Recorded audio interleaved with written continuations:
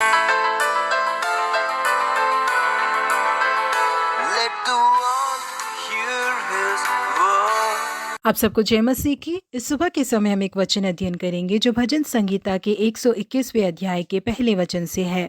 मैं अपनी आंखें पर्वतों की ओर लगाऊंगा, मुझे सहायता कहाँ से मिलेगी।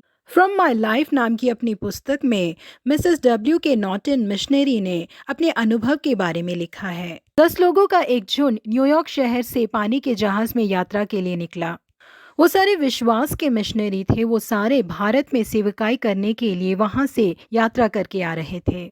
भारत में आकर वो कहाँ जाएंगे करके वो बिल्कुल भी नहीं जानते थे, क्योंकि भारत में उनके लिए कोई भी जगह या घर तैयार नहीं किया गया था। उन लोगों को ये भी नहीं पता था कि उन्हें खाना कहाँ से मिलेगा, और ना ही किसी ने उनसे कहा था कि आप भारत जाकर मिशनरी के रूप में सेवकाई कीजिए, हम आप लोगों की आर्थिक मदद करेंगे।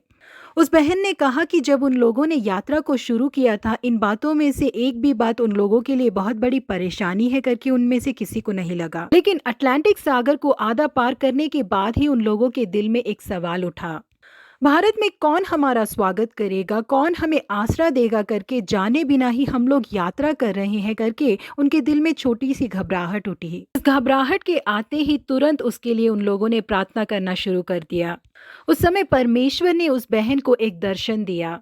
उस दर्शन में वो मिशनरी बहन समंदर के ऊपर एक लकड़ी के फट्टे के ऊपर खड़ी हुई थी। उनके आगे और पीछे बिल्कुल कुछ भी नहीं था। उनके दाएं और बाएं उन्हें सहारा देने लायक कुछ भी मौजूद नहीं था। लेकिन उन्होंने जैसे ही उस लकड़ी के फट्टे से अपने पाँव को उठाया दूसरा कदम रखने के लिए, तो सही उसी समय पर एक नाव आकर उनके सामने खड़ा हुआ।